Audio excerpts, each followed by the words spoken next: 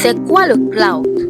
Sais-tu que sans le cloud, aucune de tes applications, que ce soit Facebook, LinkedIn, Snapchat ou WhatsApp, et même pas tes intelligences artificielles comme ChatGPT, Gemini, etc. ne fonctionneraient? Aujourd'hui, chacune de nos interactions avec Internet te pousse à utiliser le cloud. Que tu ailles sur Facebook pour t'inscrire, que tu postes une photo ou une vidéo sur le net, tu utilises le cloud. Même lorsque tu envoies un message via WhatsApp à un intermédiaire ou à un interlocuteur, tu utilises le cloud. Et cela sans même t'en apercevoir. En langage technique, on appelle ça le cloud computing. Reste jusqu'à la fin de cette vidéo pour comprendre pourquoi est-ce que c'est important. Alors, la définition simple du cloud computing, encore appelé informatique en nuage, c'est tout simplement l'accès à des services informatiques via Internet. Alors, je comprends que comme ça, ce soit un peu compliqué à comprendre. Mais prenez le cloud comme étant un entrepôt qui a plusieurs compartiments. Qu'est-ce qu'on fait dans un entrepôt? On peut stocker, on peut même prendre des compartiments pour effectuer des opérations. C'est exactement la même chose. Alors, si jusque-là nous sommes ensemble, vous devriez comprendre facilement comment le cloud fonctionne. Le cloud repose principalement sur 3 piliers. Le premier pilier, c'est le stockage. Il stocke quoi? Des fichiers, des photos, des données qui sont généralement gardées à distance. C'est généralement pour ça que on retrouve nos photos qui datent de 10 ans. Facebook, par exemple, nous envoie souvent nos souvenirs de 2016, de 2017, etc. Vous pensez qu'il garde ces souvenirs-là? Lorsque tu postes une photo sur Internet, la photo est stockée dans un cloud. Facebook fait simplement un rappel pour te dire « Ok, voilà où tu étais avant ». Le deuxième pilier, c'est le calcul. Dans ton cloud ou dans ton entrepôt, il y a ce qu'on appelle des serveurs. Ce sont eux qui effectuent des calculs ou des tâches lourdes.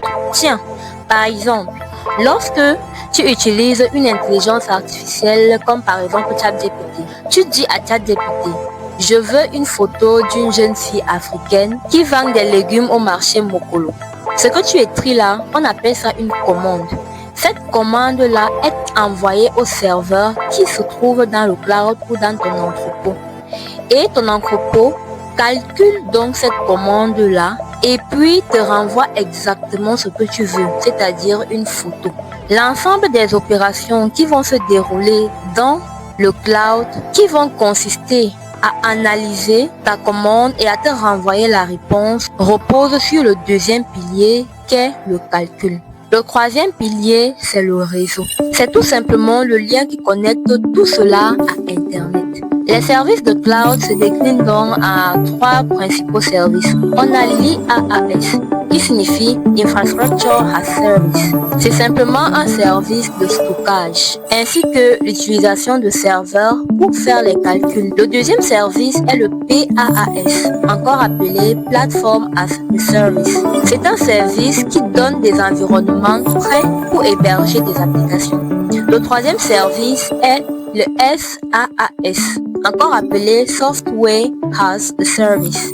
C'est un service qui permet d'accéder au logiciel via un navigateur. Comme je l'ai dit dès le départ, tout le monde est concerné, que ce soit les gouvernements, les entreprises, les particuliers, même les objets connectés comme les montres connectées qui envoient en permanence leurs données sur le cloud. Nous sommes tous concernés. Même le petit bébé qui a ton téléphone et qui envoie le message à papa pour dire j'ai faim via le téléphone est concerné et utilise le cloud. Le cloud est devenu hyper indispensable. Plutôt que toi-même aller payer un entrepôt quelque part pour stocker tes marchandises, tu payes simplement un compartiment de l'entrepôt d'Amazon pour stocker tes marchandises et traiter tes commandes. Généralement, le cloud, qui est composé de data centers et autres équipements, coûte extrêmement cher.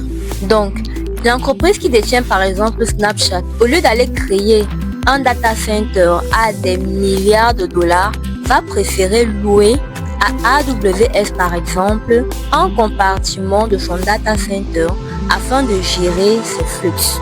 Du coup, les avantages du cloud sont l'économie, on économise de l'argent, on a une accessibilité continue à ces données Et on a une sécurité de ces données et surtout de l'innovation, puisque ceux qui détiennent des data centers doivent innover tous les jours afin d'améliorer le service. Donc quelqu'un d'autre le fait à ta place et les coûts sont partagés entre les différents clients du cloud. C'est devenu tellement important. Et pour vous signifier à quel point le marché mondial du cloud de l'IaaS est d'environ 170 milliards de dollars. Aujourd'hui, on a des géants qu'on appelle hyperscalers qui détiennent pratiquement le monopole du cloud mondial. Et le premier dans tout ça est AWS qui appartient à Amazon et détient environ 37,7% des parts de marché. Son siège social est aux États-Unis, suivi de Microsoft Azure avec 23,9%, de Google Cloud avec 10%, de Alibaba Cloud avec 6% et de Huawei Cloud qui détient 4% des parts du marché mondial. Dites-vous bien que ces 5 premiers représentent à eux seuls plus de 82% du marché mondial. Ton cloud est donc composé d'énormes machines appelées data centers qui sont remplis de serveurs pour effectuer toutes les tâches demandées. Et ce cloud-là, ou ces data centers, dépend beaucoup de l'électricité. Parce que oui, il faut fonctionner H24 sans aucune coupure. Dites-vous bien que s'il y a ne serait-ce qu'une seule coupure, aucune de tes applications ne va fonctionner. D'ailleurs, récemment, AWS d'Amazon a eu un incident qui a paralysé le monde entier et les activités. En 2024, le volume total mondial des données a atteint 149 zeta-octets, soit environ 149 milliards de téraoctets. Vous comprenez que chaque image que vous envoyez sur Internet a un poids. Même le bonjour que vous écrivez à WhatsApp pèse quelque chose, peut-être 1 méga, 1 kilo-octet. Et comme avec ton ordinateur, si à un moment ton disque dur est trop plein ou presque plein, la machine commence à ralentir. C'est la même chose avec les data centers. Lorsqu'il y a trop de données, les machines calculent moins vite, traitent moins vite les instructions. Du coup, comme avec l'ordinateur, ce qu'on demande, c'est supprimer les fichiers qu'on n'utilise plus. C'est pour ça, par exemple, que vous allez voir le système de Snapchat où, après un certain temps, Snapchat supprime tous les anciens fichiers, que ce soit les vidéos, que ce soit les photos, que ce soit les messages, tout. Et même à WhatsApp, ils ont même mis une certaine politique qui consiste à activer les messages éphémères pour supprimer les messages qui ne sont plus importants. C'est simplement pour faire plus de place dans le cloud et payer moins cher. Donc, un trop plein de fichiers signifie un coût beaucoup plus élevé pour l'entreprise. Et comme d'habitude, je ne saurais finir sans énoncer l'Afrique. Avec les services de cloud, l'Afrique a beaucoup d'opportunités. L'Afrique a l'occasion de moderniser ses administrations, de soutenir ses startups, de développer l'éducation et la santé numérique et réduire les coûts informatiques. Les grands défis restent le peu de data centers locaux, le coût beaucoup trop élevé des bandes passantes et la dépendance aux géants étrangers. Mais la dynamique est lancée. Les entreprises comme Microsoft, Huawei, AWS ouvrent déjà des régions cloud en Afrique et cela est à encourager. Plusieurs pays d'ailleurs développent des clouds souverains africains. L'enjeu ici est de ne pas seulement utiliser le cloud, mais de le maîtriser sur le continent. En conclusion, on va retenir que ton cloud est simplement une sorte d'entrepôt. Dans ton entrepôt, on a des data centers qui sont constitués de serveurs pour traiter chaque commande que tu envoies via Internet. Que ce soit un message, que ce soit une photo, que ce soit une demande que tu fais à ChatGPT.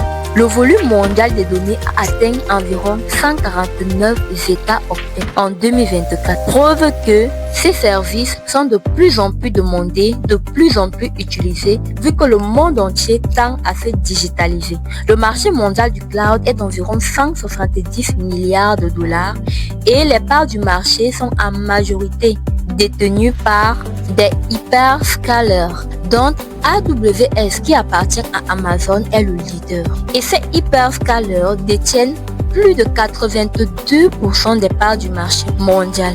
Avec ça, nous comprenons que le cloud n'est pas juste une technologie, c'est une révolution silencieuse, invisible, mais partout présente. Et celui qui contrôle le cloud contrôle le monde numérique. J'espère que cette vidéo t'a aidé à comprendre c'est quoi le cloud. Si tu es intéressé par des vidéos d'actualité tech ou des analyses technologiques, n'hésite pas à t'abonner à la chaîne, à cliquer sur la cloche de notification pour ne manquer aucune de nos prochaines vidéos. Et on se dit à bientôt pour une prochaine vidéo.